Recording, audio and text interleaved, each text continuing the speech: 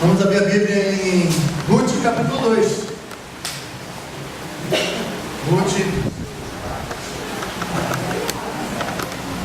Ruth, capítulo 2. E vamos manter a Bíblia aberta aí, nós vamos caminhar aos poucos por Ruth.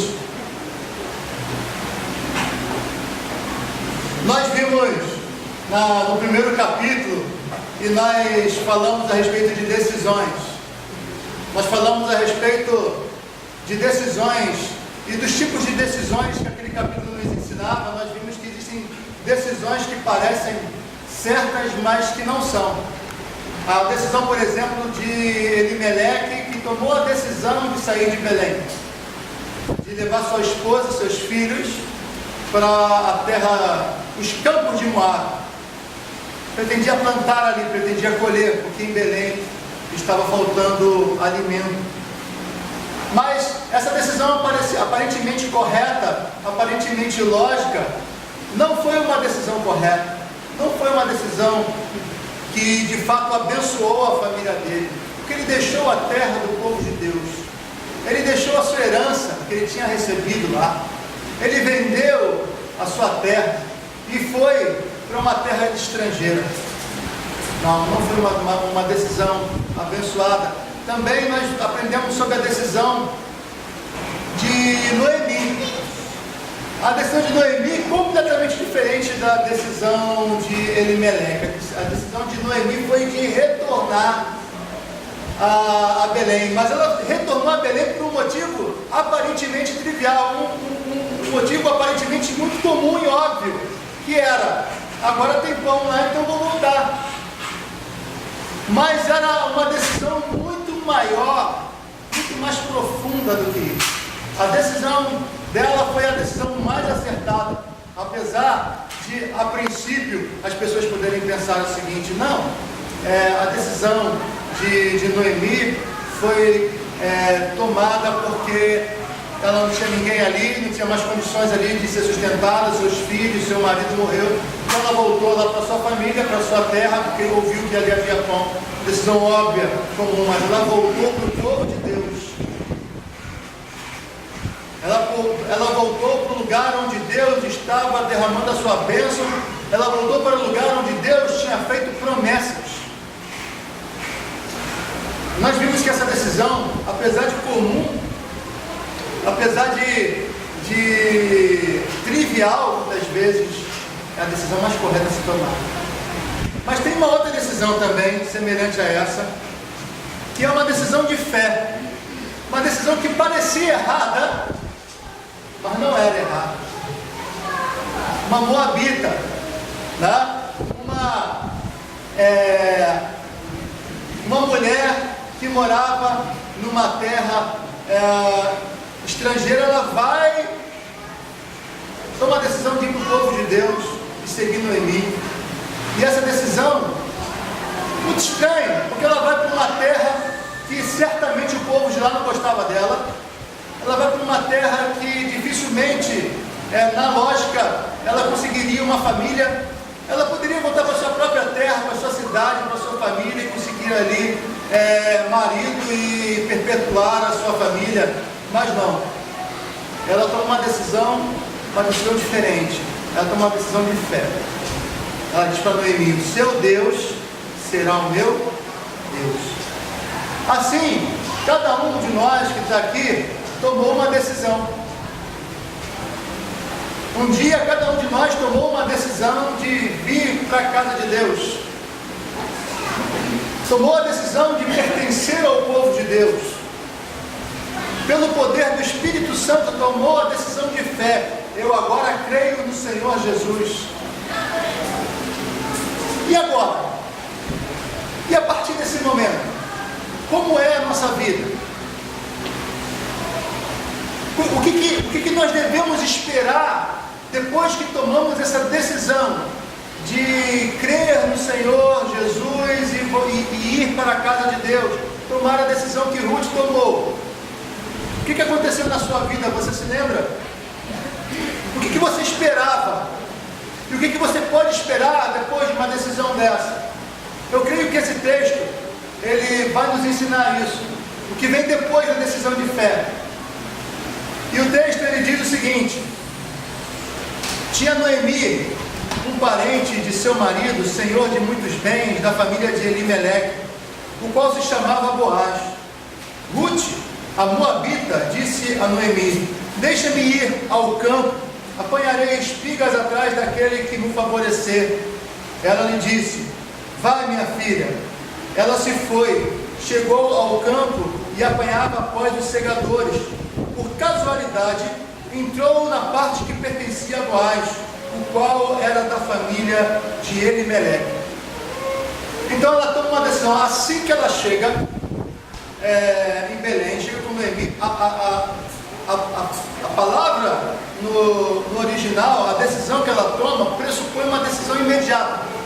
Não quer dizer que Ruth e Noemi chegaram lá em Belém, ficaram 1, 2, 3 dias e descansaram para depois ela tomar essa decisão.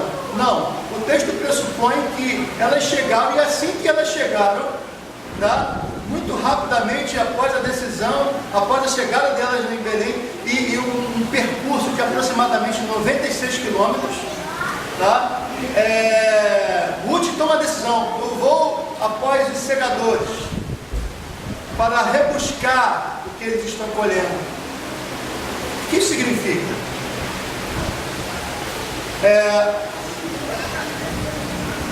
Ruth, uma moabita, podia simplesmente entrar na colheita de alguém, e enquanto essa pessoa estava colhendo, né, os grãos e colocando do lado, e aí quando ele, por exemplo, deixasse cair algum grão, ela estava pegando isso que sobrava. Isso chama-se rebuscar, né?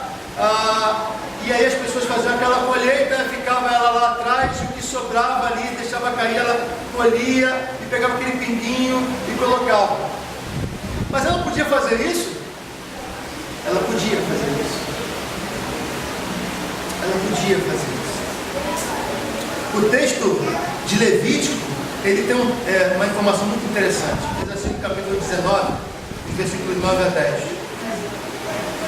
Diz assim: quando também cegardes a cega da vossa terra, o canto do seu campo não cegarás totalmente, nem as espigas caídas colherás da tua cega. Semelhantemente, não rabiscarás a tua vinha, nem colherás os bagos caídos da tua vinha, deixá-los-ás ao pobre e ao estrangeiro. Eu sou o Senhor, vosso Deus. O texto de Deuteronômio, também capítulo 24, 19 e 22, ele meio que estende essa ordenança. Diz assim: quando no teu campo cegares a tua cega e esqueceres uma gavela no campo, não tornarás a torná-la, mas para o estrangeiro, para o órfão e para a viúva será, para que o Senhor teu Deus te abençoe em toda a obra das tuas mãos. Quando sacudires a tua oliveira, não tornarás para trás de ti a sacudir os ramos. Para o estrangeiro, para o órfão, para a viúva será. Quando vindimares a tua vinha, não tornarás para trás de ti a rebuscá-la. Para o estrangeiro, para o órfão e para a viúva será o restante. E lembrar-te-ás que foste servo na terra do Egito, pelo que te ordeno que faças isso. Então tinha um mandamento, tinha uma ordenança de Deus que pressupunha o direito de um estrangeiro, né, chegar lá na cega e rebuscar. Mas uma coisa era uma lei escrita e outra coisa era a prática. Havia de fato o risco de ela ser agredida, havia o risco dela ser maltratada.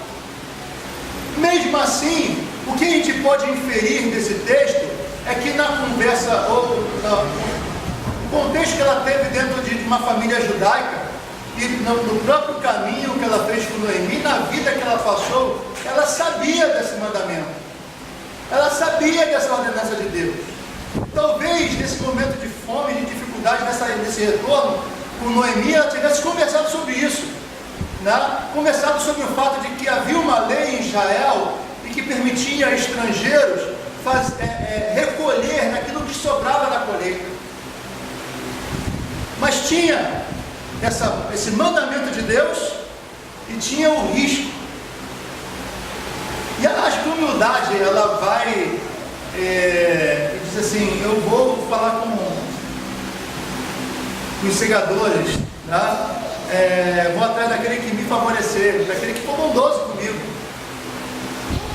Ela foi pedir por favor para seguir uma norma da lei. Ela foi humilde nesse caso. Isso é muito interessante, porque o que eu tiro desse texto aqui é que, não obstante o perigo, ela obedeceu uma lei. Quando você crê no Senhor Jesus, quando você toma uma decisão por Deus, para aqueles que têm fé, Deus vai sempre dar a direção da sua palavra.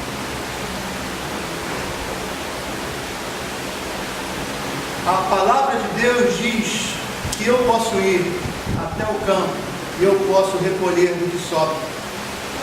Mas existe todo um contexto social que pode me prejudicar. Mas o que eu vou fazer? Vou seguir a vontade de Deus. Vou seguir a palavra de Deus, porque Ele me orienta nesse caminho. E aí acontece algo que é muito interessante, né? Porque ele vai dizer aqui que ela apanhava após os segadores, por casualidade entrou na parte que pertencia a Boaz. E aí, todos os textos, né, que a gente estuda, os comentários, essas casualidades, é uma casualidade de Deus. Por que o texto diz casualidade? Porque ela não planejou entrar na colheita lá de Boaz. Noemi não tinha informado isso a ela. Noemi não sabia onde que era a colheita de Boaz. Eu podia até informar assim: a terra, nossa terra é por ali, mas aonde era exatamente? O fato que ela foi para a colheita e entrou justamente ali, onde os servos de Boaz trabalhavam. Boaz era um belemita, né? Era daquela terra, era um homem importante. A palavra hebraica lá aponta não apenas para uma pessoa rica e importante, mas quase que um herói, né? Uma pessoa não apenas respeitada pelo dinheiro que tinha, pelas posses que tinha, mas pelo caráter que tinha, pela importância e pela relevância que ele tinha para o grupo, né? E Elimeleque era parente de Boaz, né? E eles pertenciam ao mesmo clã, significando que Elimeleque e Boaz tinham um ancestral em comum. Eles eram efrateus. Vocês vão lembrar do texto lá da profecia a respeito da vinda do Messias, né? E tu, Belém, Efrata, terra de Judá, não é de forma alguma menor dentro da cidade, porque de ti há de vir aquele que há de vir, o nosso Salvador, o Messias. Então havia uma profecia em cima daquela terra, uma terra que... E Boaz era uma figura importante. Se nós notarmos no texto, se não me engano, no segundo livro das Crônicas, vai falar sobre o templo, e Salomão constrói o templo, tem duas colunas, uma delas chama-se Jaquim, e a outra coluna chamava-se Boaz. Então, uma referência certamente a esse personagem, e para demonstrar a importância que ele tinha. Ora, então essa casualidade aqui foi algo que está dizendo o seguinte: não foi projetado por Noemi, não foi projetado por Ruth, não foi projetado por mentes humanas, mas foi projetado por Deus, foi arquitetado por Deus. Essa casualidade aqui é uma casualidade divina, porque todo o rumo da vida dela muda quando, por casualidade, ela entra no grupo de ceifadores, de colhedores, de servos de Boaz. Então, a gente observa que isso é algo impressionante.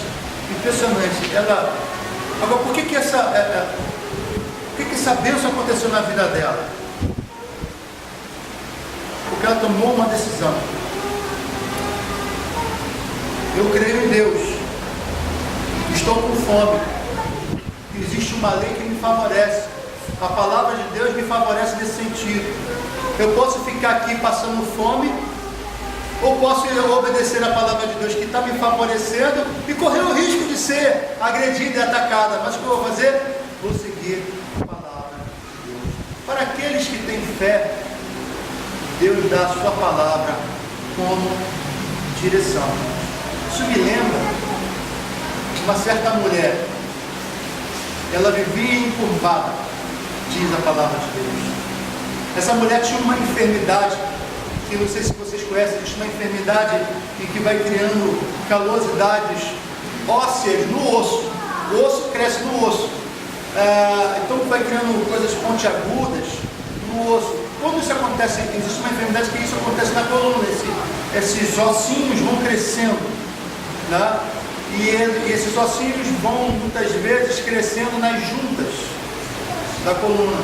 Aquela mulher estava numa situação que ela provavelmente ficava olhando para o chão o tempo todo, e a coluna dela podia ser considerada, dependendo da situação, como se fosse um osso único. Então, grudado por causa desses ossinhos, o sofrimento dela era intenso. Muito bem, no contexto de Jesus, uma mulher que estava na sinagoga tinha um lugar das mulheres e tinha um lugar dos homens. Eles estavam ali e eles adoravam a Deus, mas a mulher, ela tinha que ficar numa situação, ela não podia, por exemplo, ir com o propósito da sinagoga de falar alguma coisa, de pedir alguma coisa. Na maioria das sinagogas não era permitido dar a palavra às mulheres, não todas as sinagogas. Ela foi para a sinagoga por quê? Porque ela era uma filha de Abraão, como diz o Senhor Jesus.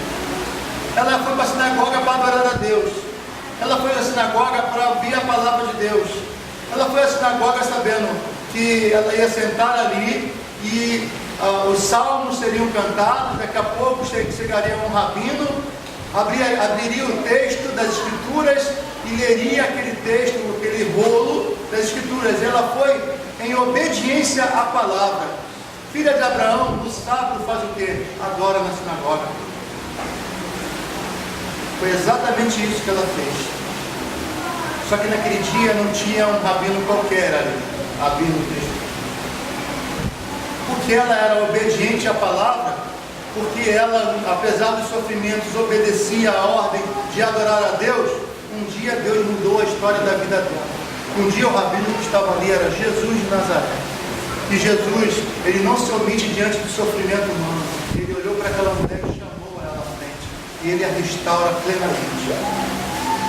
É mais ou menos isso que ele faz com Ruth aqui. Uma pessoa que não era uma filha de Abraão, como aquela mulher encurvada, mas estava se tornando filha de Abraão pela fé, né?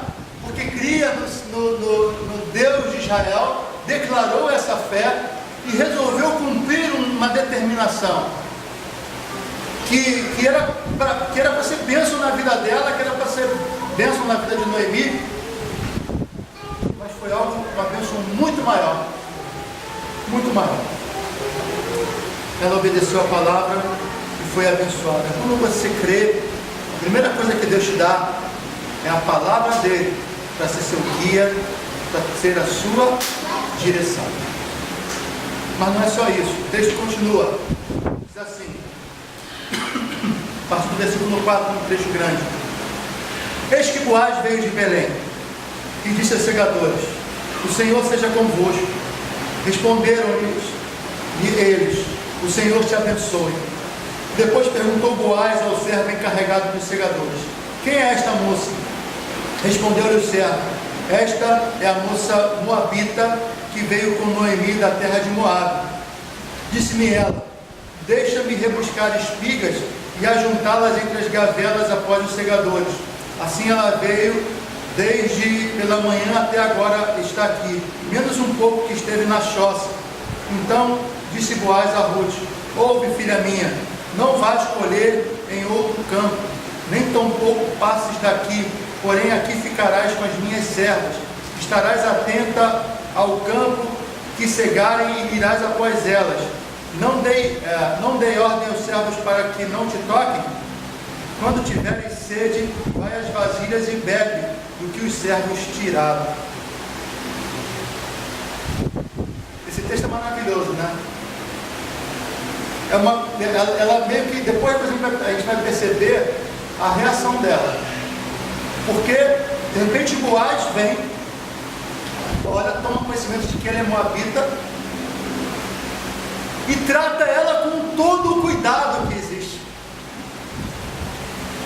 Deus começou a agir na vida dela de uma maneira muito especial, tomando conta dela, e é isso que Deus faz nas nossas vidas. Para aqueles que têm fé em Deus, Deus dá a segurança dos seus cuidados. Deus tem cuidado de nós. Deus tem cuidado de nós. O Senhor Jesus Cristo, Ele demonstra isso de uma maneira muito profunda. Ele demonstrou esse grande amor de Deus por nós. Primeiro, pelo fato mais óbvio de todos: Deus enviou seu Filho para morrer na cruz em nosso lugar. Isso demonstra o grande amor que Deus tem por nós. Mas a palavra do Senhor Jesus Cristo em João capítulo 10, versículos 27 a 29, diz assim: as minhas ovelhas ouvem a minha voz, eu as conheço e elas me seguem, eu lhes dou a vida eterna, elas jamais perecerão, ninguém as poderá arrancar da minha mão. Meu Pai que as deu para mim é maior do que todos, ninguém pode arrancar da mão de meu Pai. Frase maravilhosa essa. Ninguém as poderá arrancar da minha mão. Deus, Ele cuida do seu corpo. Deus protege o seu corpo. Isso não significa que nós seremos super crentes, que nós não pegaremos gripe, que nós não sofreremos as consequências de um país em recessão, que nós não sofreremos as consequências que todo cidadão comum sofre. Mas mesmo assim, nós podemos perceber que em meio a toda essa dificuldade, Deus tem nos protegido, Deus tem nos guardado, mas ainda Ele nos assegura a nossa salvação. Ele não permite que o inimigo nos arranque de suas mãos, porque Ele nos guarda, porque Ele nos protege, Ele nos ama profundamente. Esse amor que você não consegue compreender, assim como o Ruth não compreendeu, e mais na frente ela vai perguntar: por que você trata a sua serva desse jeito? Por que você trata essa estrangeira desse jeito? Não faz sentido, não fazia sentido, mas Ele trata bem. Não faz sentido Deus nos amar, mas Ele nos ama.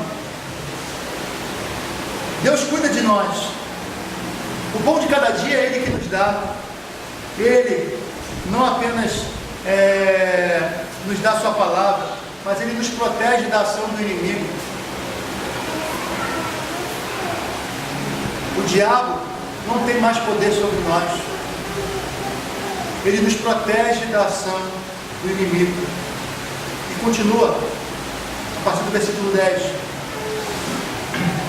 Então ela, inclinando-se, rosto em terra, lhe disse: como é que me favoreces e fazes caso de mim, sendo eu estrangeira? Respondeu Boaz e lhe disse: bem me contaram tudo que fizeste a tua sogra, depois da morte de teu marido, e como deixastes a teu pai e tua mãe, e a terra onde nasceste, e vieste para um povo que dantes não conhecias. O Senhor retribua o teu feito, e seja cumprida a tua recompensa do Senhor, Deus de Israel, sob cujas asas vieste buscar refúgio. Disse ela: tu me favoreces muito, Senhor meu, pois me consolastes e falastes ao coração de tua serva, não sendo eu nem ainda como uma das tuas servas. A hora de comer, Boaz lhe disse: achega-te para aqui, come do pão e molha do vinho o teu bocado. Ela se assentou ao lado dos segadores e lhe deu grãos tostados e cereais, e ela comeu e se fartou e ainda sobejou. A gente vai ver mais na frente que Boaz ainda fala o seguinte: os segadores deixaram de pegar mais, deixaram de pegar das espigas, e ela vai lá e recolhe 22 litros de grão, né? Grãos de farinha medida a litro. Um efa, né? E aí ela chega com aquele pacotão em casa, né? Glorificando a Deus por causa de toda aquela bênção que ela tinha recebido da parte de Deus na instrumentalidade ali de Boaz. Mas esse texto aqui nos diz que para aqueles que têm fé em Deus, Deus dá a provisão que nos sacia. Deus cuida de nós, Deus nos alimenta.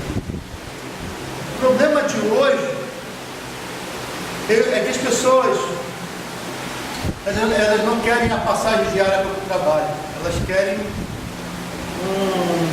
uma Mercedes. O problema de hoje é que as pessoas não querem o pão de cada dia, elas querem um banquete. E aí, aqueles que todos os dias Deus dá o pão, Deus dá o alimento, Deus permite que a pessoa vá para o trabalho,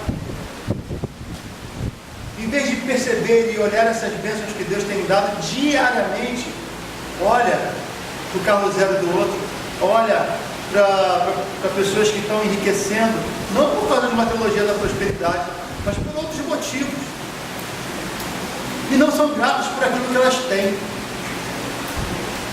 Muitas vezes reclamam de Deus por não ter aquilo que o vizinho tem, mas você tem que ser grato por aquilo que Deus te dá. E Deus abençoou o Ruth, e Deus abençoou o Noemi, e Deus não permitiu que faltasse o pão. Quando elas tomaram uma decisão de voltar para Belém, uma decisão acertada e uma decisão de fé, Deus tomou conta delas. Não viveram no luxo, mas não faltou o pão, não faltou o alimento. E pessoas que poderiam ser contadas como pessoas amaldiçoadas, uma estrangeira e uma viúva que perdeu, não apenas perdeu o marido, mas perdeu os 2 filhos, perdeu toda a capacidade de poder se sustentar. As pessoas que vão ser contadas no número daquelas pessoas que são abençoadas por Deus, porque Deus não permitiu que faltasse nada daquilo que elas precisavam. Deus dá provisão para todos nós, provisão material mesmo. É Deus que nos dá. Ele nos dá por meio do trabalho, mas é Ele que nos dá.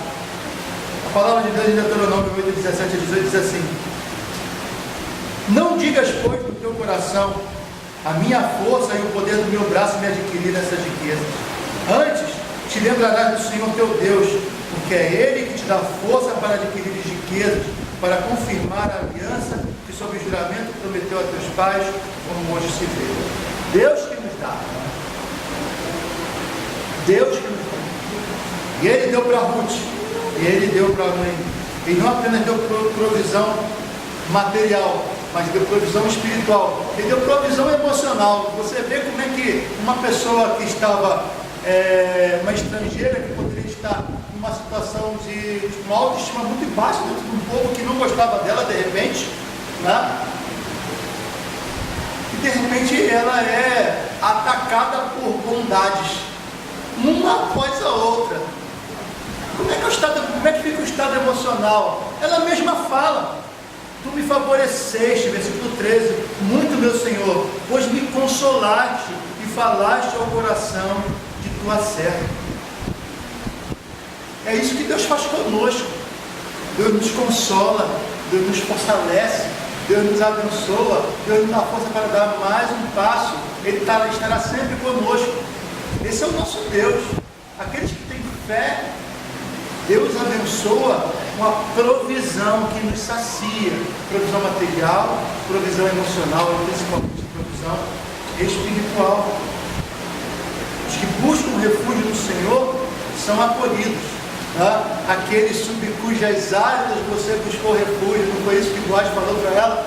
Ele estava provavelmente se referindo ao texto bíblico, se referindo à palavra de Deus, que diz em Deuteronômio 32, 11 a 12, assim: como a águia desperta a sua ninhada e voeja sobre os seus filhotes, estende as asas e tornando-os, os leva sobre eles.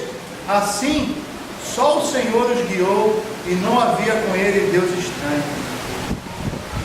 Deus estendeu as suas asas e acolheu o seu povo. E como Deus estende as suas asas e acolhe o seu povo, não há entre eles Deus estranho. mas eu queria apenas colocar mais um ponto aqui, a partir do versículo 15. Diz assim: levantando-se ela para rebuscar, Boaz deu ordem aos seus servos, dizendo: até entre as gavelas deixai-a colher, e não a censureis. Tirai também os molhos, algumas espigas, e deixai-as, para que as apanhe, e não a repreendais. Esteve ela apanhando aquele campo até a tarde, debulhou o que apanhara, e foi quase um éfa, como falei, 22 litros de grão seco, de acordo, né, com o comentário, com as diferenças do dicionário. Éfa de cevada. Tomou-o e veio à cidade, e viu sua sogra o que havia apanhado. Também o que lhe sobejara, depois de fartar-se, tirou e deu à sua sogra. Então lhe disse a sogra: onde colheste hoje? Onde trabalhaste? Bendito seja aquele que te acolheu favoravelmente. E Ruth contou à sua sogra onde havia trabalhado e disse: o nome do Senhor em cujo campo trabalhei é Boaz.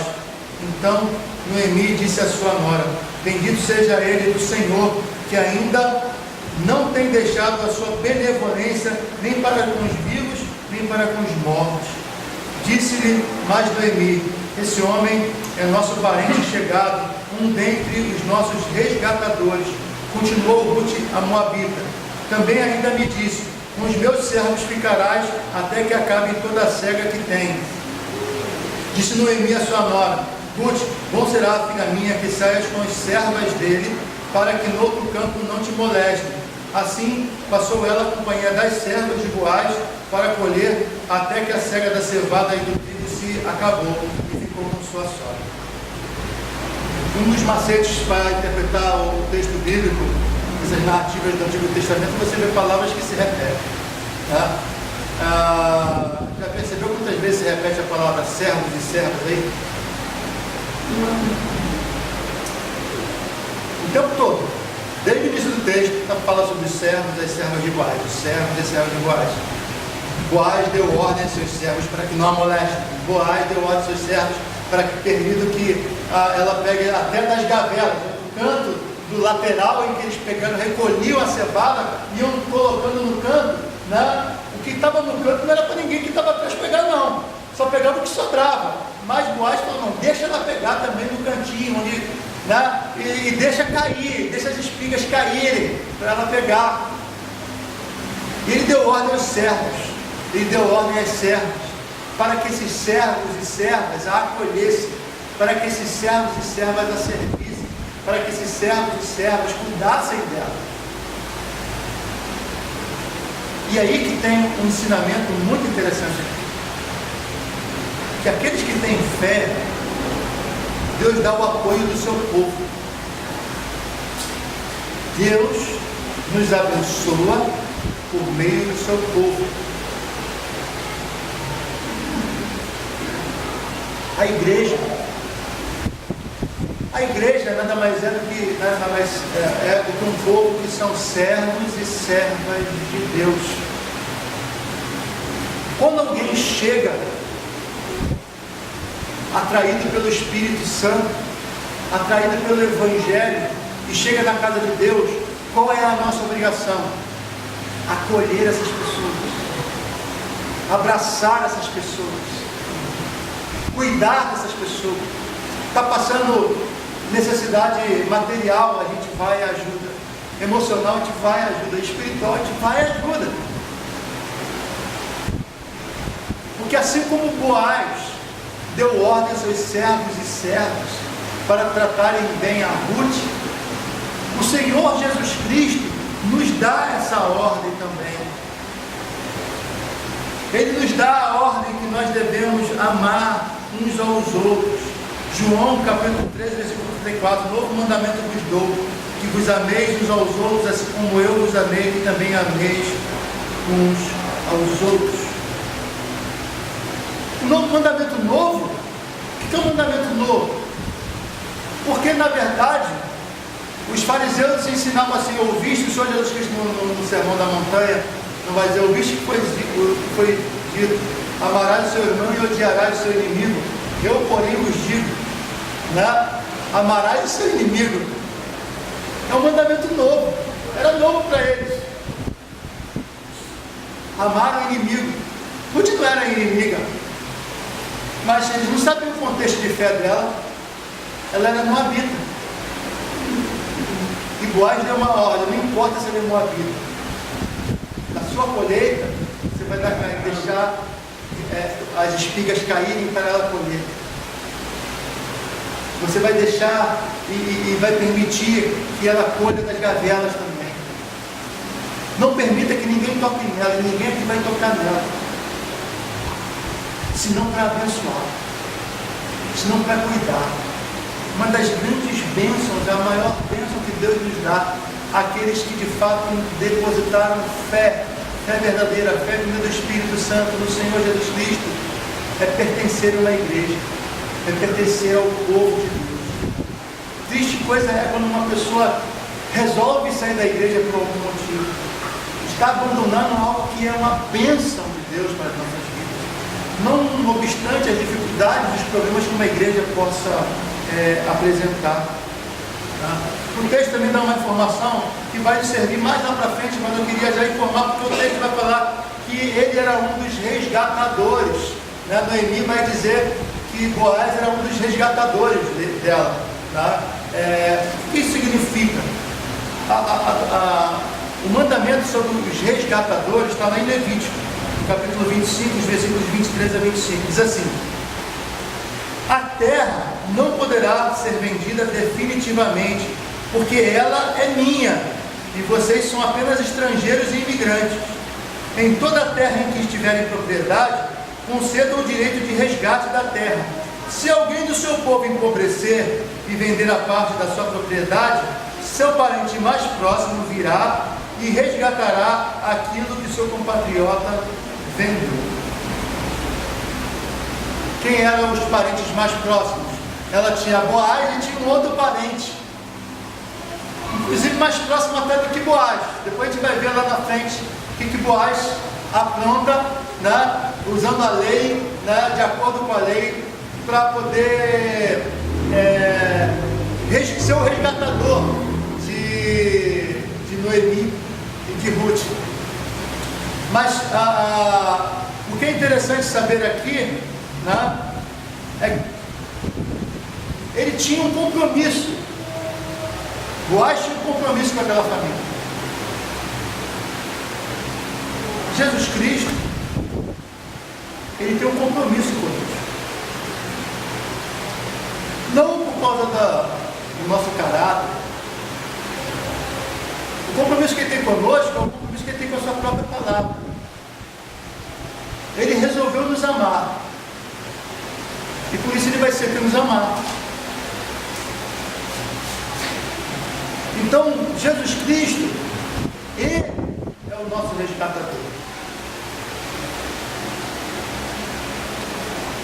E esse resgatador, que resgatou a mim, resgatou você, resgatou cada um de nós, disse o seguinte: que nós deveríamos nos amar uns aos outros, e que nós devemos acolher as pessoas que estão chegando com amor, que nós devemos cuidar delas, nós devemos zelar por elas, nós devemos orar por elas. Crer no Senhor Jesus Cristo é fazer parte de um povo, é aprender a cuidar e a ser cuidado por esse povo. Então, queridos irmãos, o que acontece quando você crê? Quando você crê, você não fica sem bússola, você tem a palavra para te guiar. Quando você crê, você não fica à mercê do inimigo, você tem alguém para te cuidar.